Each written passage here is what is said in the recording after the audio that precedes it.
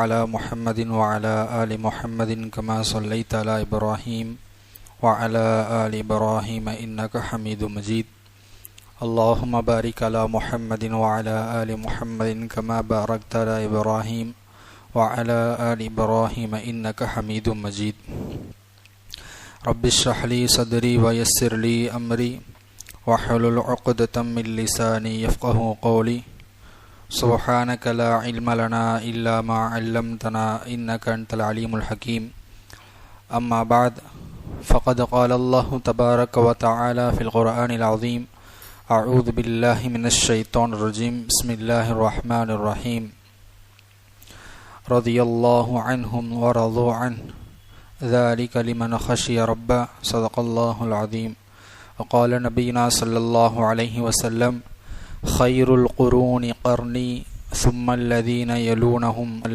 يلونهم أو كما قال صلى الله عليه وسلم. புகழ் அனைத்தும் அல்லாஹுக்கு மட்டுமே உரித்தாகட்டுமாக.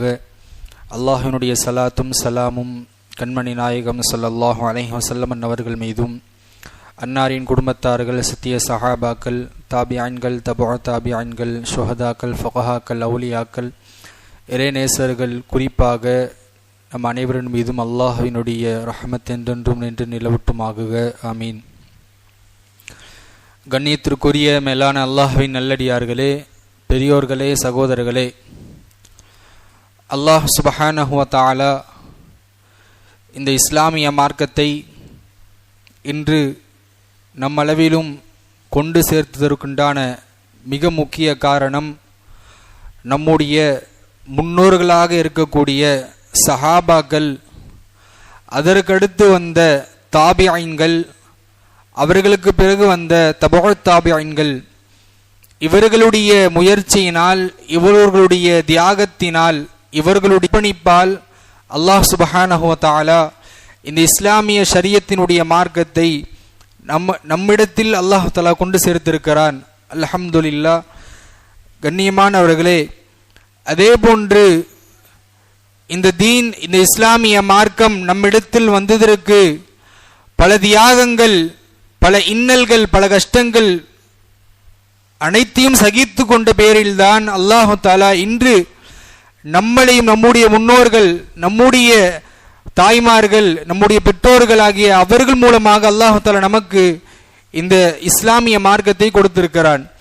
அதற்கு மூல காரணமாக ஹுலஃபாயே ராஷிதீன் என்று சொல்லப்படக்கூடிய அபூபக்கர் ரதியல்லாஹு அன்ஹு அவர்கள், உமர் ரதியல்லாஹு அன்ஹு அவர்கள், உஸ்மான் ரதியல்லாஹு அன்ஹு அவர்கள், அலி ரதியல்லாஹு அவருடைய ஆட்சி காலம், அவர்களுடைய ஹிலாஃபத்தினுடைய முறை, அவர்கள் செய்த தியாகம், அவர்கள் அர்ப்பணித்த அர்ப்பணிப்புகள் தான் அதற்கு மிகப்பெரிய ஒரு மூலதனம். அல்லாஹ் சுப்ஹானஹு வ தஆலா அவர்கள் மூலமாக சமுதாயத்திற்கு பல நலவான விஷயங்களை போதித்து கொடுத்தான்.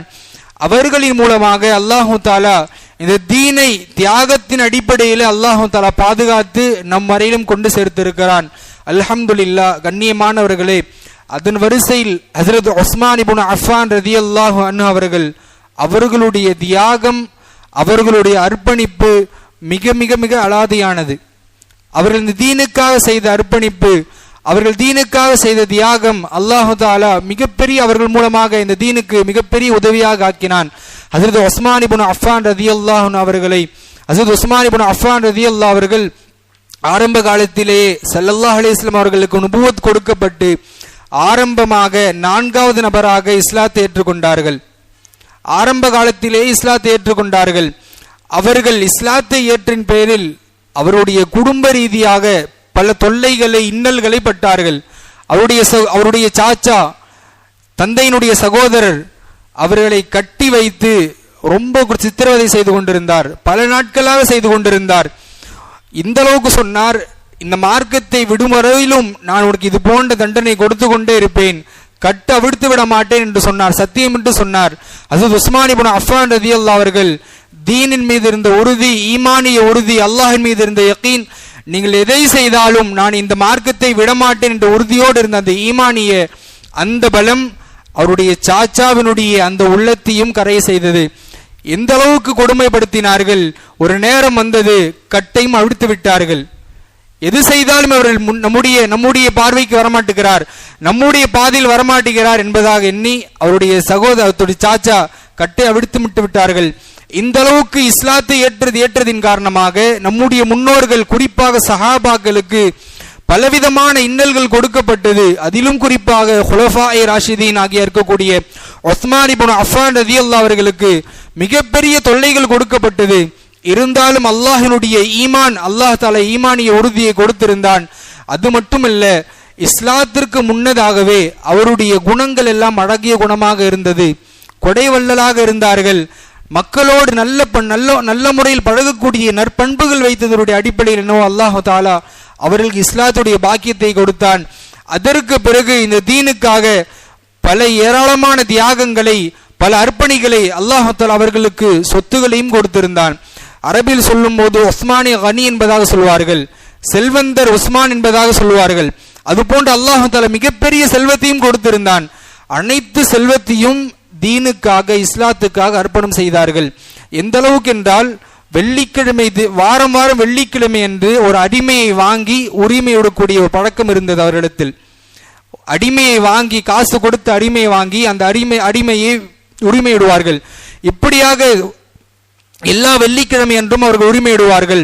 அது மட்டுமல்ல, மக்களுக்கு, சமுதாயத்தினுடைய மக்களுக்கு ஏதாவது தேவை என்று ஸல்லல்லாஹு அலைஹி வஸல்லம் சொன்னார், உடனடியாக அந்த தேவையை பூர்த்தி செய்யக்கூடியவர்களாக இருந்தார்கள்.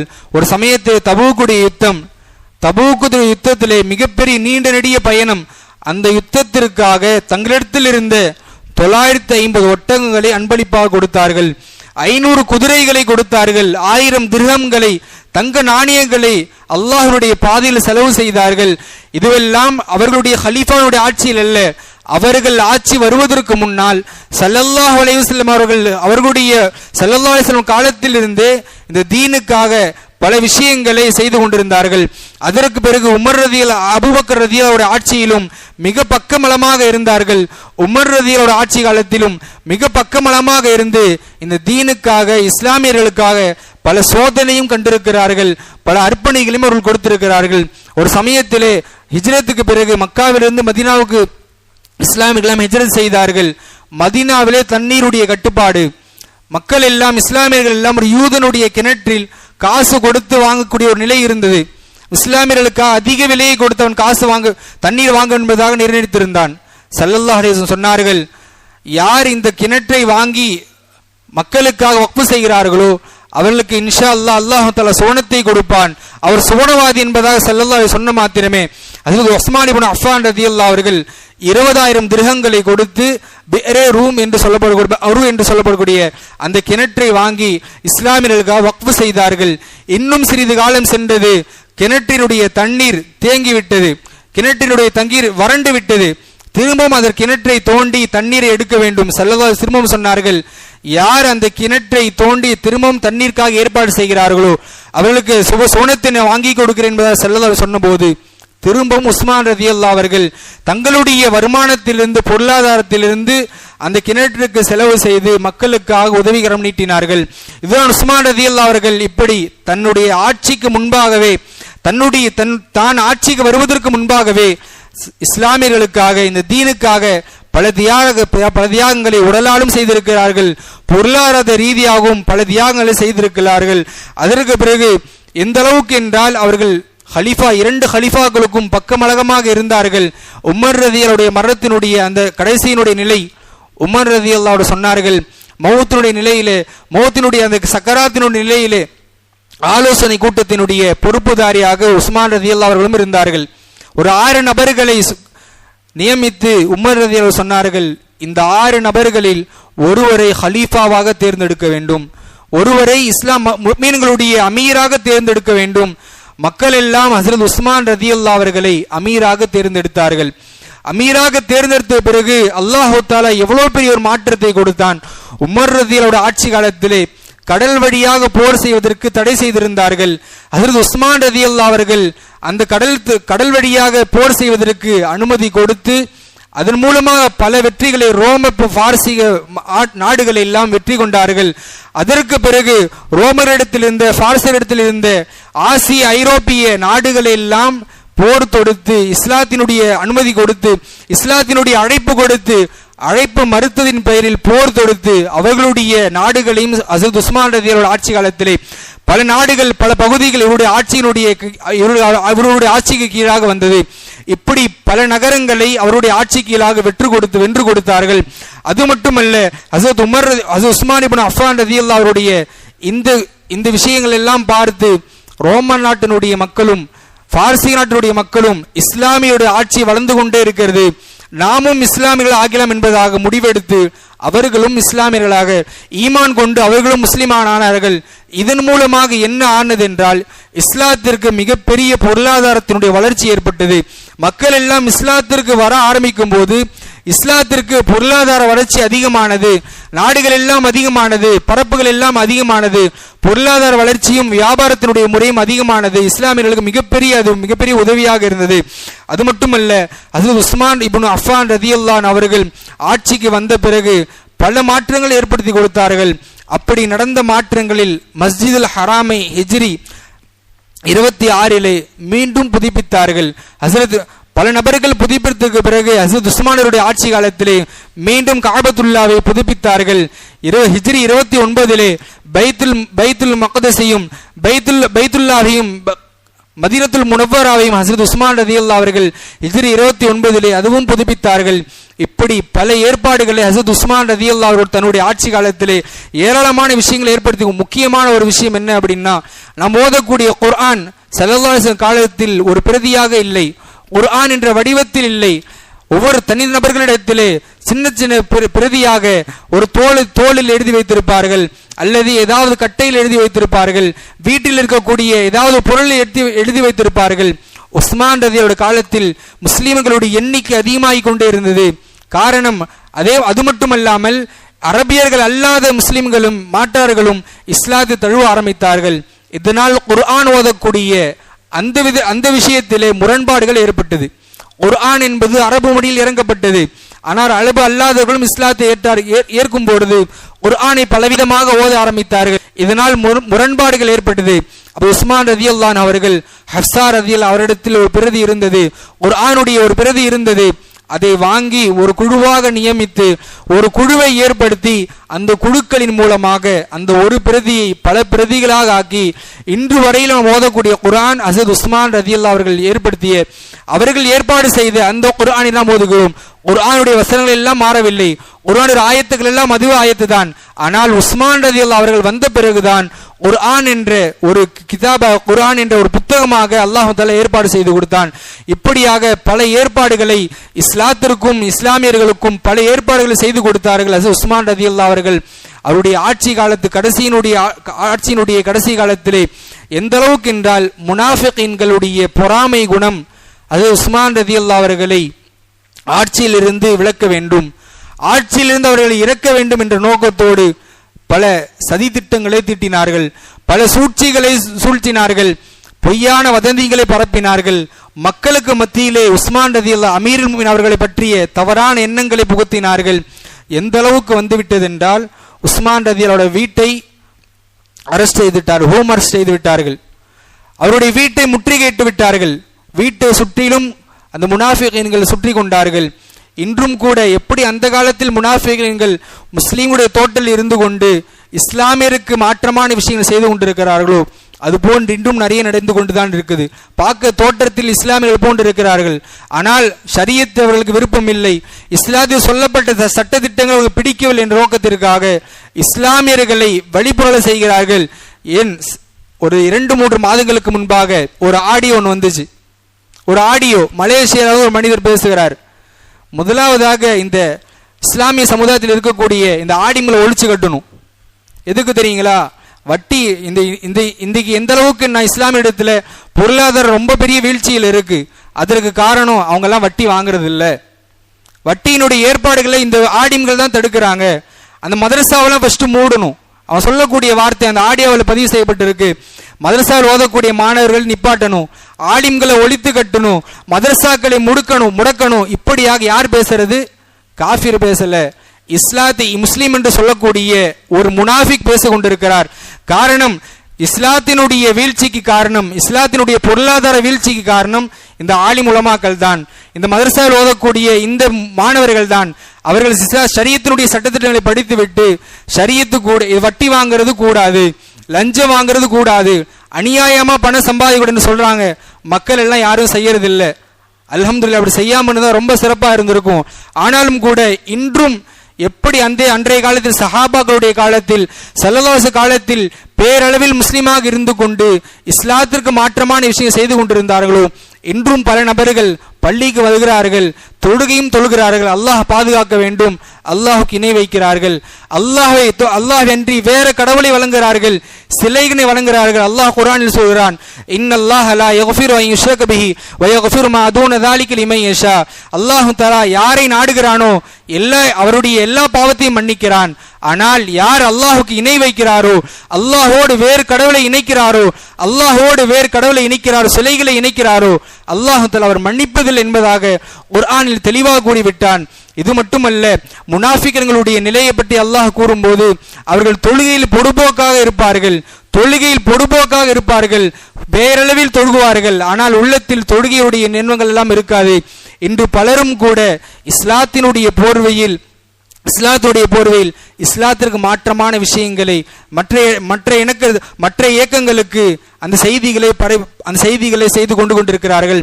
அது மட்டுமல்ல, வெளிப்படையாகவே இஸ்லாத்திய தோற்றலில் இருந்து கொண்டு ஷரியத்திற்கு மாற்றமான விஷயங்களை ஊடகங்களின் மூலமாக பலரும் பேசக்கூடிய ஒரு நிலை நாம் பார்க்கிறோம். அல்லாஹ் தஆலா பாதுகாக்க வேண்டும். மௌத்து வரையிலும் இது போன்ற நிலையை விட்டு அல்லாஹ் நம்மை பாதுகாக்க வேண்டும். அப்படி உஸ்மான் ரலியல்லாஹு காலத்திலே முனாஃபிக்குகள் எல்லாம் சேர்ந்து இவர்களை ஆட்சியில் இருந்து எடுக்க வேண்டும் என்பதற்காக, அவர்களுடைய ஆட்சியிலிருந்து நீக்க வேண்டும் என்பதற்காக சதித்திட்டங்களை, பொய்யான விஷயங்களை, வதந்திகளை பரப்பி அவருடைய வீட்டுகளை முற்றுகையிட்டார்கள். சில நாட்கள், 2 நாட்கள், 3 நாட்கள் கழிந்த பிறகு அத்துமீறி அவர்களுடைய வீடுகளை உடைத்து உஸ்மான் ரலியல்லாஹு அவருடைய வீட்டுக்குள் புகுந்து உஸ்மான் ரலியல்லாஹு அவர்களை ஷஹீதாக்கப்படுகிறார்கள், கொன்றுமிட்டார்கள். ஸல்லல்லாஹு அலைஹி வஸல்லம் சொன்னார்கள், ஹைருல் குரூனி கர்னி, காலங்களில் சிறந்தது கர்னி, என்னுடைய காலம், நான் வாழ்கின்ற காலம் சிறந்த காலம். சும்மல்லதீன யலூனஹும், எனக்கு பிறகு இருக்கக்கூடிய அபூபக்கர் ரலியல்லாஹுடைய காலம் சிறந்த காலம். சும்மல்லதீன யலூனஹும், அதற்கு பிறகு இருக்கக்கூடிய உமர் ரலியல்லாஹுடைய காலம் சிறந்த காலம். அதற்கு சொல்லவில்லை, ஹஜ்ரத் உஸ்மான் ரலியல்லாஹுடைய காலத்திலே ஃபித்னாக்கள் உருவானது, அலி ரலியல்லாஹுடைய காலத்திலே இஸ்லாமியர்களுக்கு மத்தியிலே மிகப்பெரிய பூகம்பங்கள், மிகப்பெரிய ஃபித்னாக்கள், பிரச்சனைகள் எல்லாம் உருவானது. ஸல்லல்லாஹு அலைஹி வஸல்லம் அவர்கள் தன்னுடைய காலத்திற்கு பிறகு உமர் ரலியல்லாஹு காலத்தையும் அபூபக்கர் ரலியல்லாஹு காலத்தையும் சிறந்த காலம் சொல்லிவிட்டு உஸ்மான் ரலியல்லாஹு காலத்தை பற்றி சொல்லவில்லை. காரணம், உஸ்மான் ரலியல்லாஹு காலத்திலே எந்த அளவுக்கு பிரச்சனைகள் ஏற்பட்டது, உஸ்மான் ரலியல்லாஹு ஹலீஃபாவையே மக்கள் எல்லாம் சேர்ந்து கொல்லக்கூடிய ஒரு நிலை. அதாவது உஸ்மான் ரலியல்லாஹு அவர்கள் ஹிஜ்ரி 35ஆம் ஆண்டிலே இந்த துல்ஹஜ் மாதத்தில் தான் ஷஹீதாக்கப்பட்டார்கள். அதற்காக தான் உஸ்மான் ரலியல்லாஹு அவர்களை பற்றி இன்று பேசப்பட்டது.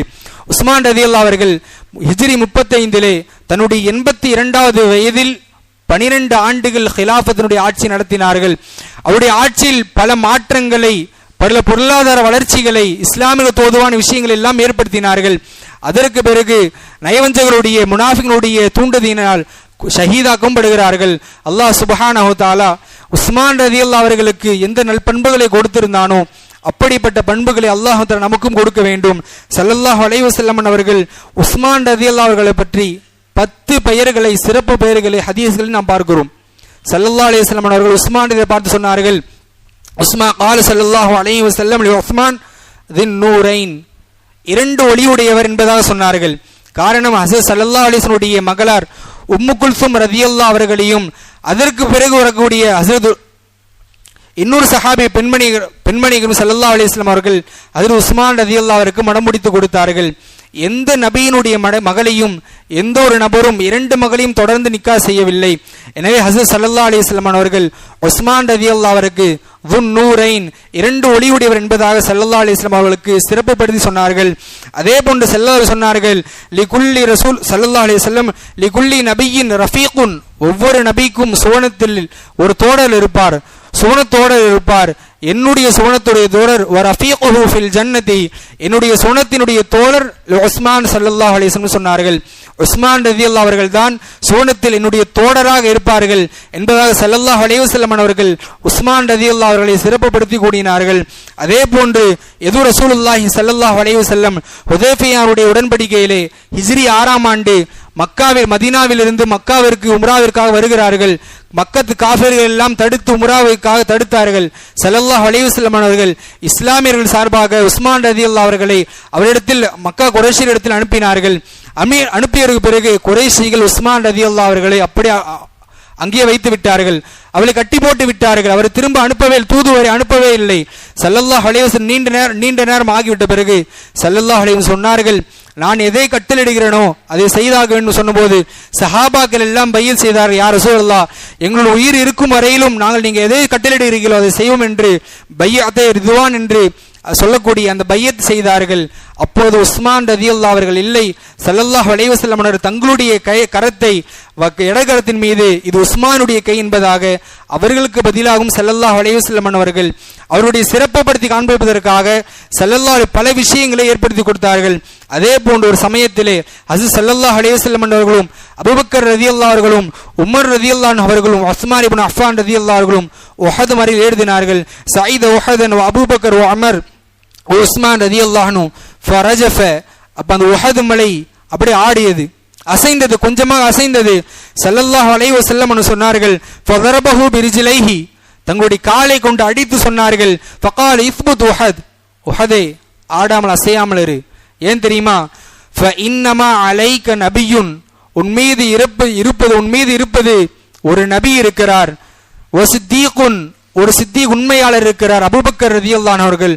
வஷஹீதானி, ஹஸரத் உமர் ரலியல்லாஹு அன்ஹு அவர்களும் ஹஸரத் உஸ்மான் ரலியல்லாஹு அவர்களும் ஸல்லல்லாஹு அலைஹி வஸல்லம் அவர்கள் முன்பாகவே ஸல்லல்லாஹு அலைஹி வஸல்லம் ஹஸரத் உஸ்மான் ரலியல்லாஹு அவர்களுக்கு சுப செய்தி சொன்னார்கள், அவர்கள் ஷஹீதாக்கப்படுவார்கள் என்பதாக இந்த ஹதீஸ் மூலமாக நமக்கு விளங்குகிறது.